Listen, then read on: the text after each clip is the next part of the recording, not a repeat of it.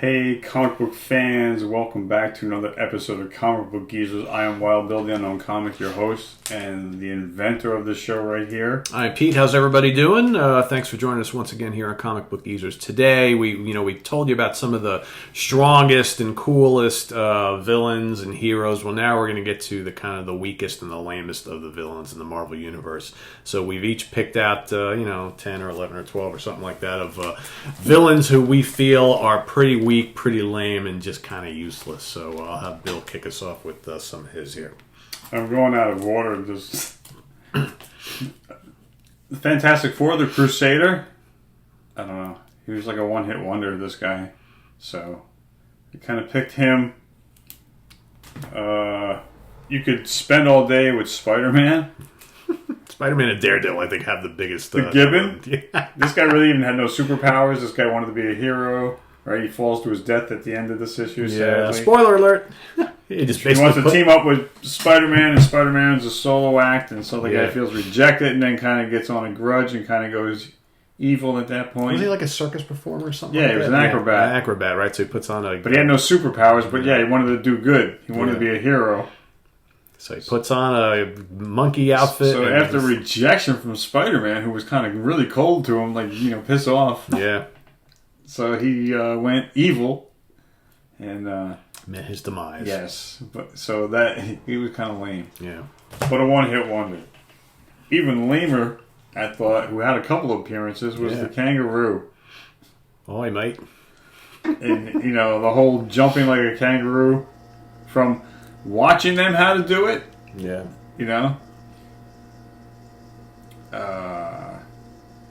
Maybe for martial arts, watching animals how to fight, but to jump and actually jump like a kangaroo, and that's all you got? That's all you got, yeah. You throw a couple of, couple of these and a couple of those. And I will say, though, as lame a villain as he is, that issue and the first appearance were pretty action-packed. Yeah. But, come on. He's weak.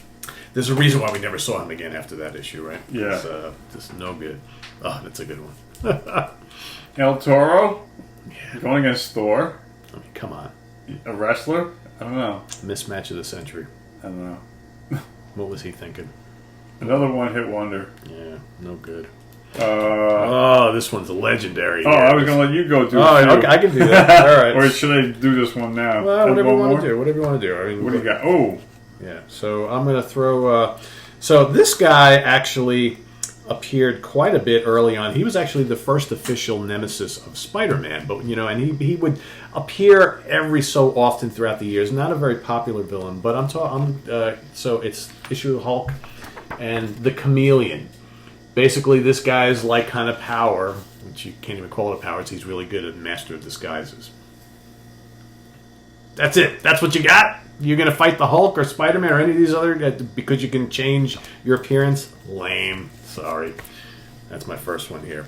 Second one. How about a little, this guy, Chemistro, however he says his name.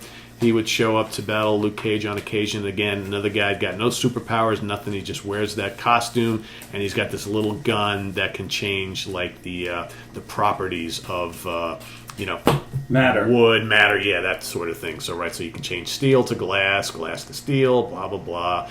Unfortunately, it kind of backfired on him because he wound up shooting himself in his own foot, right? And it's like, what the hell? Here's another one.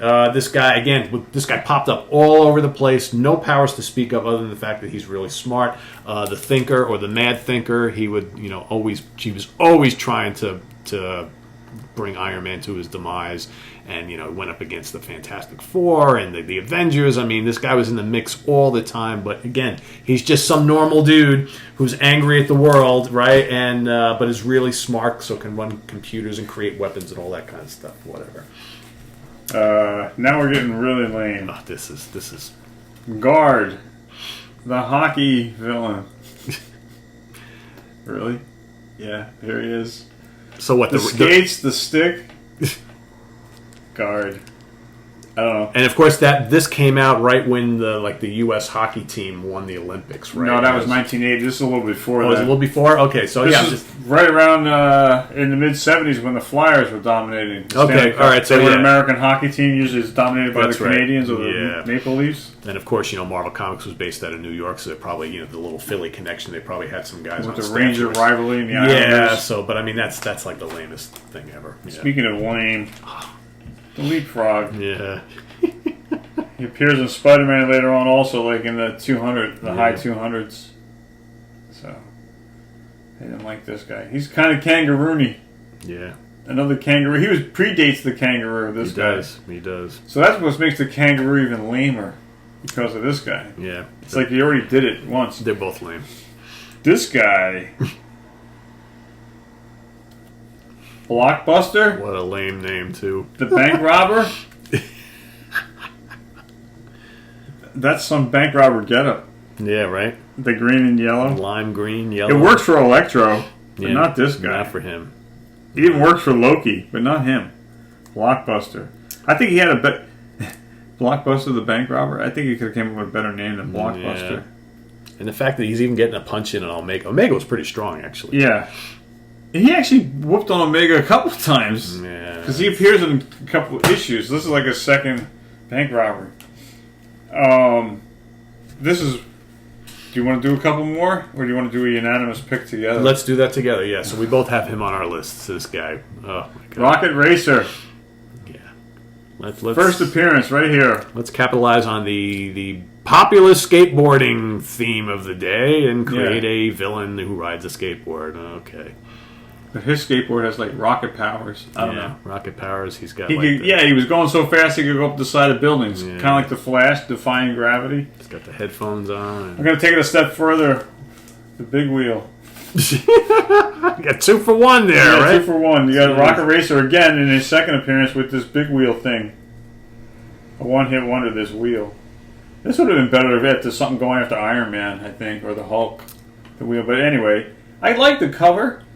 But it's just so far-fetched. It's like, what?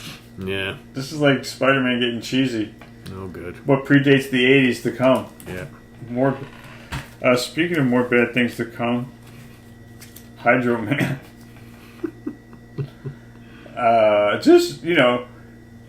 You got the Sandman.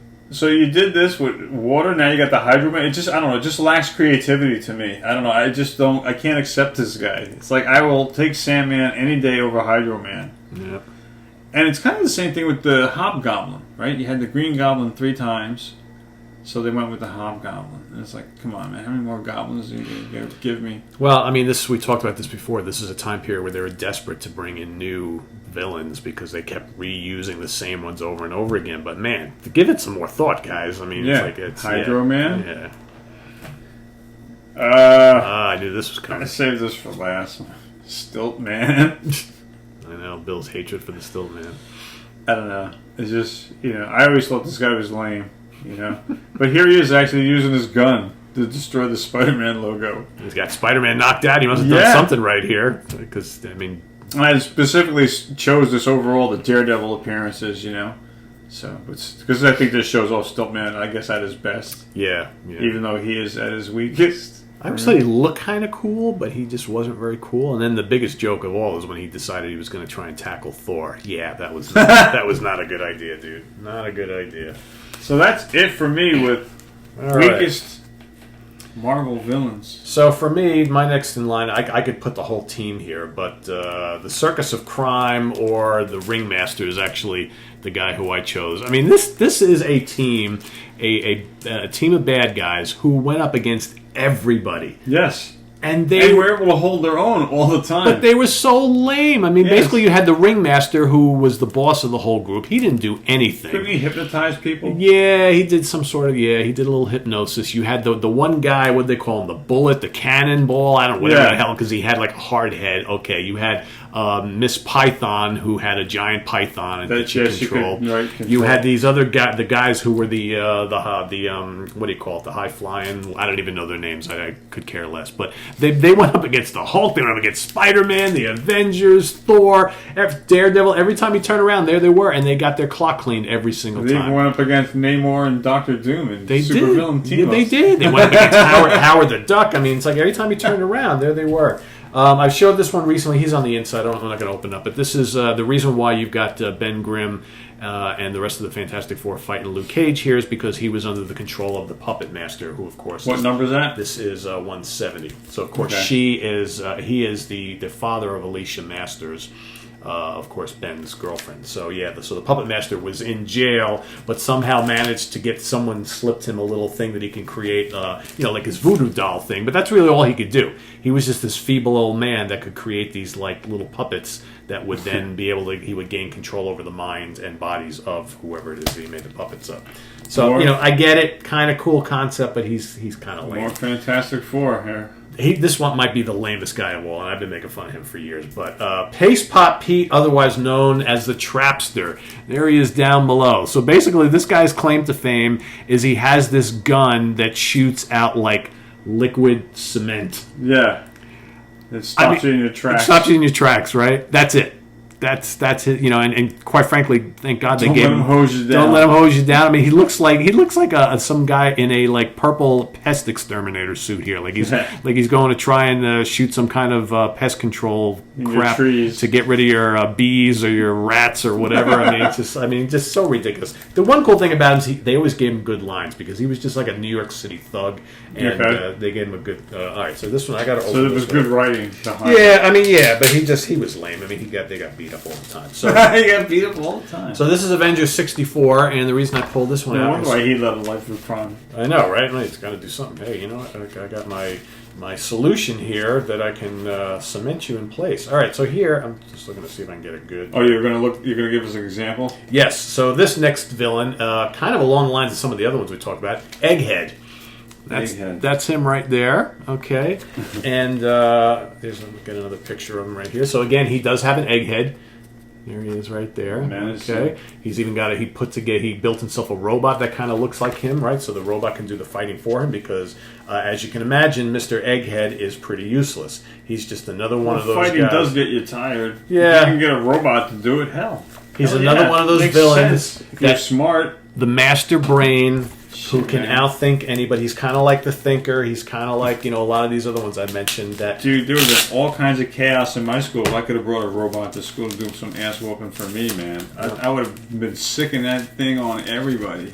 Teachers, principal, bullies. Well, that's what Egghead did, right? So, he's the smartest guy on the planet, right? He can come up with all these evil schemes, but what's he going to do? He's just this little guy with a weird-shaped head, right? It's not like he's going to hurt Thor or anybody else. All right, so I kind of saved the best for last. So Bill has already mentioned one of these guys. I'm going to mention both of them, and they're both on the same cover, thankfully. So two for the price of one.